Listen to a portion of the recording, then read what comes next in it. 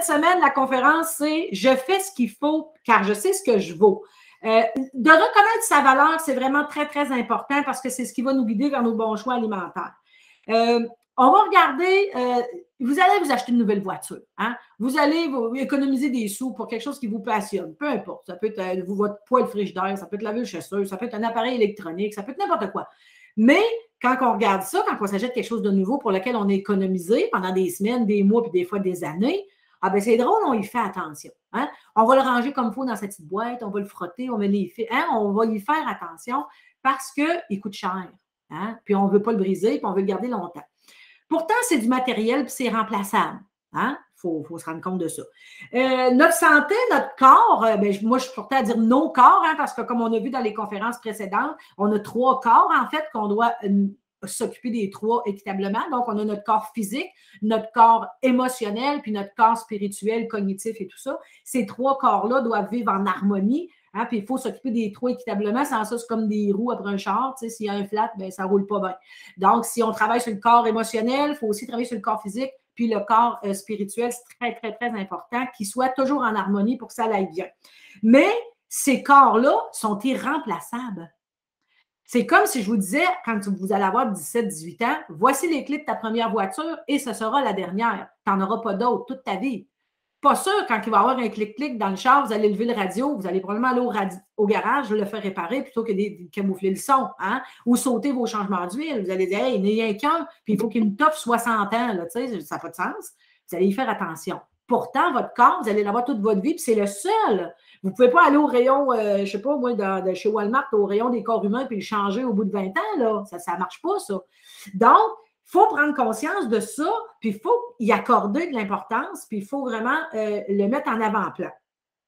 L'autre affaire que j'ai réalisée en écrivant la conférence, c'est que la plupart des gens vont vraiment nourrir leur corps physique de la même façon qu'ils vivent. On vit à 200 000 à l'heure, on va vite, hein, on est toujours pressé dans le temps. Puis qu'est-ce qu'on fait? On cherche aussi la bouffe rapide. Hein? On va vite, on mange sur le coin de la table, on mange sur le pouce, on ne prend plus le temps de s'arrêter. Ça, il est temps que ça change. Hein? Votre corps physique, c'est la plus belle machine qui puisse exister. Et il n'y a aucun scientifique encore aujourd'hui qui a réussi à en faire une réplique. Là. Hein? Il a bien essayé avec l'intelligence artificielle puis tous ces petits robots-là, mais il n'y a rien encore qui accote le corps humain hein, avec toute sa splendeur. C'est vraiment une machine extraordinaire. Puis quand on prend conscience de ça, que c'est irremplaçable, qu'il n'y a rien qui peut exister, qui est semblable au corps humain, on va peut-être y accorder vraiment de l'importance. Je me dis, si sur ce qu'on achète, on fait attention parce qu'il coûte cher, quel prix on peut mettre sur un corps humain qui est irremplaçable et unique? Hein? Ça doit valoir une fortune.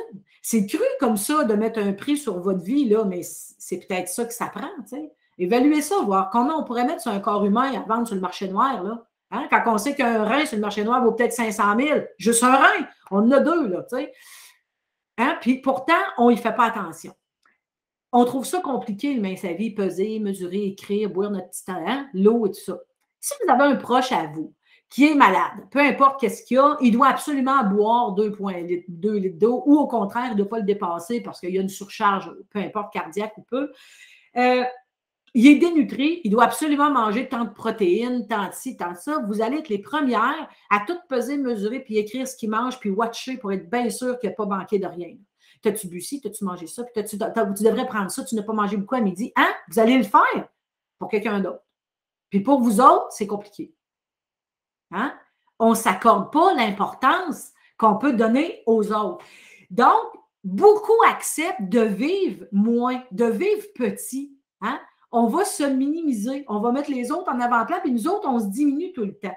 Donc, il faut arrêter, puis il faut se rendre compte qu'on peut faire, puis réaliser de belles et grandes choses, mais pour ça, il faut qu'on se donne de l'importance, mais il faut surtout jamais abandonner puis croire en soi. On ne reconnaît pas notre valeur, non seulement on ne la reconnaît pas, mais en plus, on se met en veilleuse. Hein? On se met en veilleuse au profit des autres. Nous autres, on peut attendre. Hey, on va passer la journée dans la cuisine, on reçoit des gens. On passe la journée dans la cuisine. Non, pas ton cuisine, hey, ça sent bon, c'est beau, c'est ci, c'est ça. Puis là, nous autres, on va attendre que tout le monde se serve. Puis s'il en reste, on va en prendre. Hey, je suis désolée, là, c'est moi qui ai passé 7 heures dans la cuisine à cuisiner. Je vais me servir en premier, puis vous autres, vous prendrez ce qui reste, finalement. C'est ça qui devrait être. C'est nous autres qui l'a préparé, mais par politesse, tout le monde se sert, puis on va ramasser les miettes après. Écoutez, il est temps qu'on ait un regard différent, puis qu'on soit rendu à un point où on doit être capable de se mettre en avant-plan puis de dire non. Hein? De dire non. On est prêt à accepter beaucoup de situations, énormément de situations qui nous déplaisent. Pourquoi? Parce qu'on n'ose pas dire non à un parent ou à un ami, hein, ou à nos enfants. Il faut dire oui. Hein? Je ne sais pas pourquoi. Il faut dire oui. On ne veut pas, souvent on va dire, tu sais, comme Sylvie Poirier, briller, hein, briller, soyez brillants tout le temps. Mais il faut briller, c'est vrai, mais on ne veut surtout pas briller plus que la belle-mère. Ah ben non, on ne va pas briller plus que la belle-mère d'un coup qu'elle serait fâchée. Tu sais. On va briller, mais juste en dessous de l'autre. On ne veut surtout pas qu'on soit trop remarqué. Ouais. Il est temps que ça arrête ça. Il faut être capable de dire non, puis il faut se dire une chose, dire non à quelqu'un, c'est ça, dire oui à soi. Donc, il faut prendre conscience de sa valeur, puis de prendre conscience de sa valeur, ça fait en sorte que ça augmente notre confiance en nous. Il y en a beaucoup qui disent « Ah, j'ai plus confiance en moi. » Vous voulez savoir quoi faire pour augmenter votre confiance en vous? Bien, commencez par reconnaître votre valeur. Je vous le dis quoi faire. Là. De reconnaître sa valeur puis de faire ce qu'il faut, bien, vous allez reprendre confiance en vous tranquillement. Les actions qui ont réussi, dans mon cas, qui fait en sorte que je reconnais de plus en plus ma valeur et que je le mets en pratique, bien, c'est la première des choses, c'est de reconnaître que chaque vie est unique. Hein? On a toutes des expériences différentes, on a un vécu différent, on a découvert des choses, on a vécu des choses qui fait qu'on est une personne unique. Et déjà là, il n'y en a pas personne d'insignifiant ici à soir qui a une vie plate. Là. On a tous vécu quelque chose qui fait la personne qu'on est. On est unique. Donc, il faut reconnaître ça, cette valeur-là. Il faut s'autoriser de croire en sa valeur parce que c'est beau dire j'ai de la valeur, mais il faut y croire en sa valeur. Il faut le mettre en pratique. Quand vous refusez le droit de vous accorder cette valeur-là, ben c'est comme renier à quelque part une partie de vous-même, hein? De ne pas reconnaître ça. Quand on parle là, de nos petits-enfants, puis de nos enfants, puis que Lorraine en sait quelque chose, là, moi, quand je vois mon petit coco, puis je parle de lui, là, je ne sais pas, j'ai des étincelles. Là, il a fait ça, il était petit, puis on est bien. Est-ce que vous êtes capable de parler de vous autres, là, de vous-même, de la même façon? Hein? Quand vous parlez de vous, vous avez réussi quelque chose, vous êtes fiers de vous. Cette étincelle-là que vous avez quand vous parlez de quelqu'un que vous aimez, est-ce que vous êtes capable de la retrouver pour parler de vous-même de la même façon? C'est ça aussi, s'accorder de l'importance, de dire c'est beau ce que j'ai fait, je suis fière de moi. L'assumer sa valeur puis avoir un regard sur ce que les autres réussissent aussi. Souvent, tu sais, il y en a qui vont dire j'ai éliminé 142 livres, c'est extraordinaire. Oui, c'est extraordinaire d'avoir éliminé 142 livres en 2 ans. Par contre, celle qui est là ce soir, qui a éliminé 20 livres en 2 ans, c'est aussi extraordinaire. Même si ce n'est pas 142 livres, parce qu'elle n'a pas le même vécu, parce qu'elle n'a pas la même génétique, parce qu'elle n'a pas les mêmes problèmes, les mêmes difficultés et tout, puis elle n'a pas rencontré les mêmes embûches que moi. Son corps n'élimine peut-être pas de la même façon. Fait que là, il a perdu 20 livres, puis moi, j'ai perdu 142, c'est extraordinaire, autant pour une comme pour l'autre. Il ne faut pas commencer à se dire, je vais être fière de moi, mais que j'arrive à, hein, de se comparer à un résultat. Hein, de se dire, si j'atteins mon maintien, je vais donc être fière. Il ne faut pas se mettre la fierté et cette valeur-là conditionnelle à quelque chose. Pourquoi? Parce que si vous n'y arrivez pas, que ça prend du temps, c'est comme vous dire, je ne suis pas bonne, je suis nulle, je n'ai pas réussi. Ça vient faire l'effet inverse. Donc, ce que je vous ai parlé, c'est que l'être, quand on a parlé la semaine passée, doit toujours être avant avoir. Hein? C'est important, ça, c'est rendu ma règle d'or. Donc, c'est important de le mettre en pratique. Se faire confiance, si vous avez de la difficulté à vous faire confiance, pourquoi vous ne faites pas confiance à vos émotions? Eux autres, ils ne vous mentent pas, là. Hein? Les émotions, les sensations, ce que vous ressentez. Faites-leur confiance à eux autres, puis de leur donner de la place, des écrire, des écouter, puis de mettre les choses en pratique, c'est aussi vous mettre en valeur, de respecter vos émotions puis vos sensations. Acceptez la responsabilité, votre responsabilité. Je suis désolée si vous n'éliminez pas, si vous avez pris du poids, si vous avez eu des difficultés ou quoi que ce soit, arrêtez de mettre la faute sur le dos du mari qui vous a amené au restaurant puis de la belle-mère qui est amenée des bonbons. Je suis désolée, là, c'est de votre faute. Hein? Peu importe ce qui va arriver, la circonstance, vous êtes toujours en contrôle de votre attitude et vous décidez du sens que vous donnez à cet événement-là qui est arrivé. Vous seul avez le contrôle là-dessus. Là. Acceptez votre responsabilité. Souvent, il y a des gens qui vont vouloir vous faire sentir inférieur. Hein? Ils vont vous critiquer, ils vont vous négliger. Ils auront toujours le petit quelque chose pour te rabattre un petit peu. Il y a une phrase que Eleanor Roosevelt disait et que j'ai écrit et que j'aime beaucoup, c'est « Personne ne peut vous faire sentir inférieur sans votre consentement. » Hein? C'est hot, hein?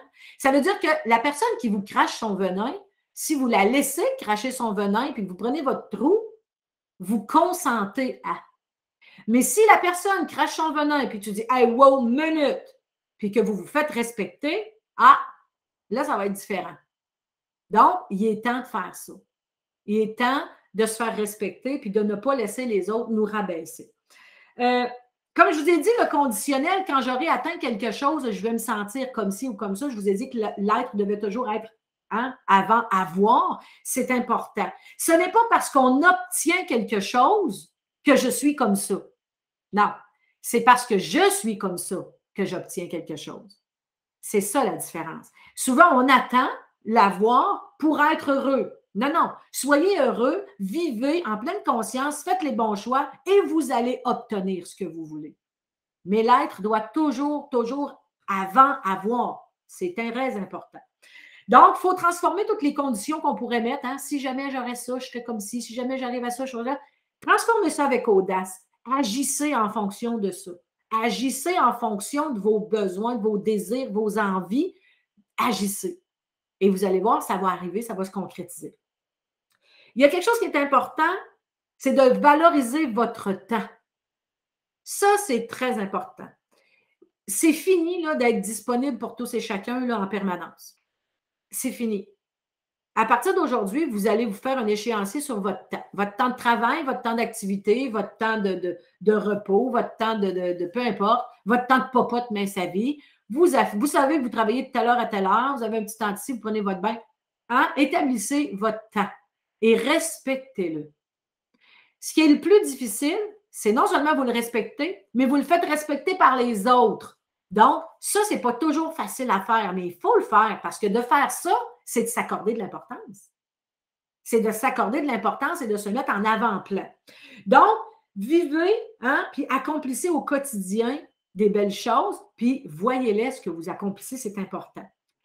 Vous ne pourrez pas plaire à tout le monde, c'est sûr, puis ce n'est pas le but non plus de plaire à tout le monde. Il y a de toujours qui vont être à côté de la traque. Osez briller, comme je vous ai dit, aussi briller même au-delà. Il ne faut pas se dire « Oh non, je ne veux pas déranger, je ne veux pas ci, je ne veux pas ça ».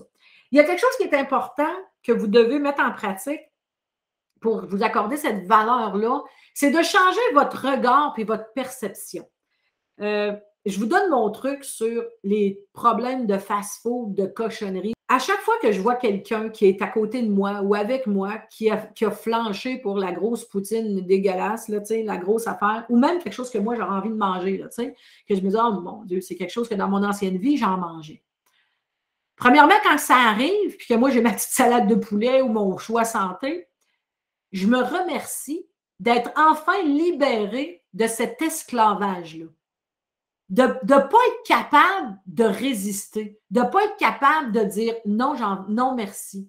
Je suis libérée de ça parce qu'ils ont beau manger ce qu'ils voudront à côté de moi, je vous le dis, ça ne me fait plus rien. Et à chaque fois qu'eux mangent leur cochonnerie, je les visualise, peu importe, celui qui est avec moi qui mange une poutine aussi, en train de jouer à la roulette russe. Je les vois avec un gun sur la tempe, puis à chaque bouchée qu'il prend, je dis « Oups, il vient d'éviter la balle du cholestérol. Oups, il vient d'éviter la balle de l'infarctus. Il vient d'éviter la balle du diabète. Oh, l'hypertension s'en vient. Clic, oh, il est chanceux. » Et je vois vraiment ça. Assez que j'ai envie de rire quand je les regarde manger. Je dois avoir l'air vraiment insignifiante. Parce que tout le long qu'il mange, je l'entends, le clic du fusil qui vient de sauver la balle. Parce que c'est une question de temps avant qu'il pogne la balle, on s'entend. Tu ne peux pas manger de la cochonnerie de même des nuits complètes, puis des journées complètes. Ils arrivent des fois avec leur 12 ils se partagent ça, puis c'est 2-3 fois par semaine. Là. Ils mangent juste des cochonneries. Tu regardes leur repas, il n'y a rien de santé dans ce qu'ils s'apportent, tu comprends? Donc, je me dis, ils jouent à la roulette russe avec leur santé tout le temps. Puis j'entends vraiment le clic à chaque fois. Tu sais, des fois, je suis assise, moi, avec mon repas mince à vie, puis là, ils rouvrent leur boîte à lunch, puis là, je me dis, bon, ils viennent de sortir le gun. Tu sais, dans ma tête, c'est ça, je me dis. Tu sais, je veux dire, c'est vraiment insignifiant, mais ça marche, le truc de la roulette russe, je vous le dis. Quand tu les visualises en train de jouer à la roulette russe, tu n'as vraiment pas envie d'en prendre une bouchée après. Tu n'as pas envie de te flancher parce que tu le vois, le truc de la roulette russe. Une chose importante, autorisez-vous des pauses. Ça aussi, c'est de se dire, je vaux quelque chose. On vit dans une vie qui roule à 100 000 à l'heure. Moi, la mienne, elle fait du feu. OK? Je t'avais de m'acheter des patins en roulette. Il faut s'autoriser des pauses. Il y a un soir que je rentrais de dehors, puis je travaillais cette nuit-là, puis il est rendu 8h15, je n'avais pas mangé. Il est rendu 8h, puis là, je me suis dit, mon cellulaire sonne. Ah non, j'avais cédulé la méditation pleine conscience avec Nancy Ruet à 8h. Je n'ai pas le temps. Je n'ai pas le temps. J'arrive de nourrir les poussins, je pue le poulet, puis il faut que je me lave, il faut que je mange, il faut que je me repose avant de partir travailler. Mais je l'ai pris le temps. J'ai mis une couverte sur mon divan, je me suis défoirée là, j'ai écouté Nancy pendant 15-20 minutes. Quand je me suis relevée de là, j'avais l'impression d'avoir dormi une nuit de 8 heures. Ça m'a vraiment fait du bien. J'ai été prendre ma douche, j'ai mangé, je me suis relaxée, puis je suis retournée travailler de nuit. Écoutez, s'accorder des pauses, c'est très, très important. Faites-le. S'accorder une pause, c'est aussi s'accorder de l'importance, dire, OK, là, je m'accorde un temps pour moi. Tu sais, je le prends ce temps-là. Quand je suis bienveillante envers moi-même, c'est une façon de reconnaître sa valeur. Hein? C'est une façon de reconnaître sa valeur. Puis tranquillement, vous allez prendre confiance en vous. La confiance revient parce que ça nous amène de l'assurance, ça nous amène toutes sortes de bienfaits.